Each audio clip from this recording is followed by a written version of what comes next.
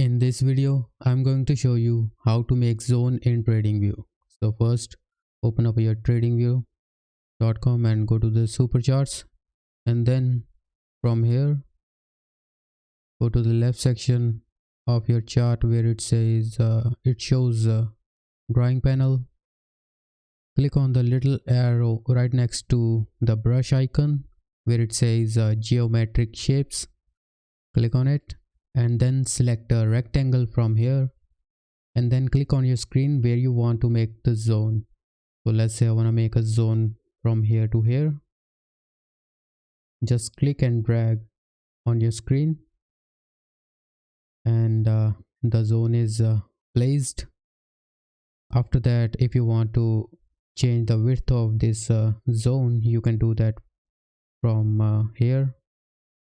Just click and drag.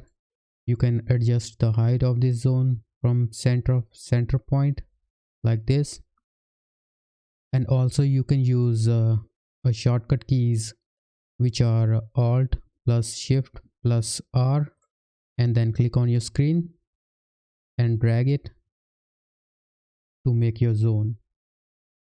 So you can customize this zone by clicking on it, and then you can change the color from here and change the width of this line from here.